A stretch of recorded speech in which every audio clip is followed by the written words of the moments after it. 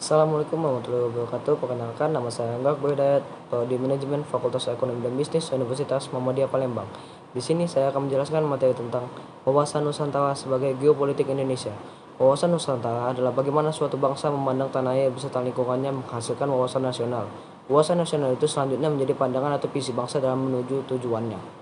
Pengertian dan kedudukan wawasan Nusantara. Sebelumnya, telah dinyatakan bahwa wawasan Nusantara merupakan wawasan Nusantara nasional bangsa Indonesia.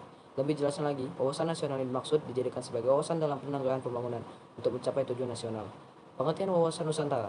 Secara etimologi, wawasan berasal dari kata wawas atau berasal dari bahasa Jawa yang berarti pandangan, tinjauan, atau penglihatan indrawi.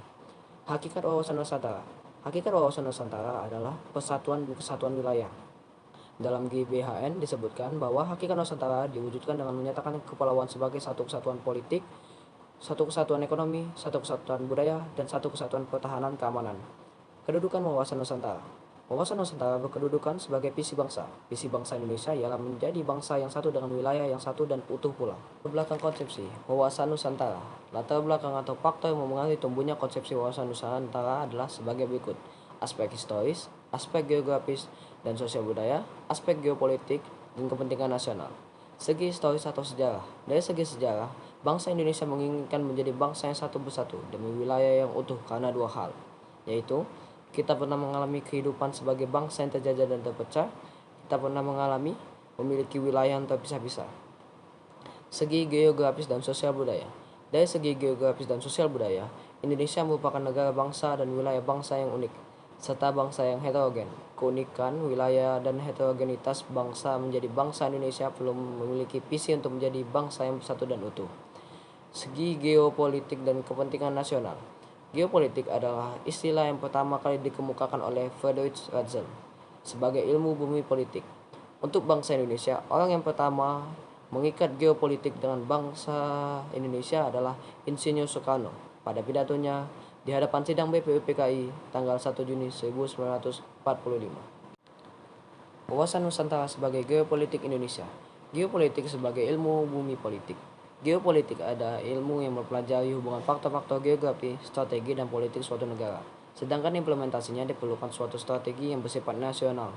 Istilah geopolitik pertama kali dikemukakan oleh Friedrich Ratzel sebagai ilmu bumi politik atau political geography, yang kemudian diperluas oleh Rudolf Kajelin menjadi geopolitik. Teori-teori geopolitik. Teori geopolitik menurut Friedrich Ratzel, negara itu seperti organisme yang hidup. Teori geopolitik menurut Rudolf Kajelin, negara adalah satuan dan sistem politik yang menyeluruh, meliputi bidang geopolitik, ekonomi politik, demopolitik, dan sosial politik.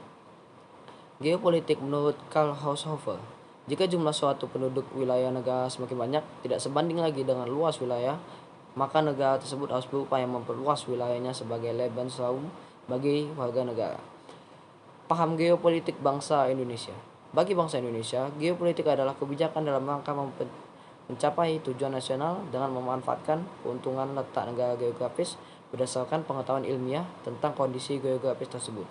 Dan selanjutnya, pewujudan wawasan Nusantara. Ada perumusan wawasan Nusantara, konsepnya yaitu Nusantara dalam Undang-Undang 1945, batas wilayah kesatuan Republik Indonesia, tujuan dan manfaat wawasan Nusantara. Dan yang terakhir, otonomi daerah. Kaitan wawasan Nusantara dengan otonomi daerah. Wawasan Nusantara menghendaki adanya persatuan bangsa dan keutuhan nasional. Pandangan untuk tetap perlunya persatuan bangsa dan keutuhan wilayah ini merupakan modal berharga dalam melakukan pembangunan. Wawasan Nusantara juga mengajarkan perlunya kesatuan sistem politik, sistem ekonomi, sistem sosial, sistem budaya, sistem pertahanan keamanan dalam lingkup negara nasional Indonesia. Cerminan dari semangat persatuan itu diwujudkan dalam bentuk negara kesatuan, otonomi negara di Indonesia. Menurut pasal 1 ayat 1 tahun 1945, negara Indonesia ialah negara kesatuan yang berbentuk republik. Menurut Undang-Undang Nomor 32 Tahun 2004 tentang pemerintah daerah, daerah yang bersifat otonomi atau otonom meliputi 3 daerah, yaitu daerah provinsi, daerah kabupaten, dan daerah kota. Walaupun demikian, kebijakan otonomi daerah yang telah berlangsung selama ini harus mampu meminimalisasi munculnya ekses-ekses yang justru dapat mencederai rasa keadilan dan kebersamaan sebagai suatu bangsa. Cukup sekian materi dari saya Rangga Hidayat. Mohon izin untuk undur diri. Sekian dan terima kasih. Saya ucapkan Wassalamualaikum warahmatullahi wabarakatuh.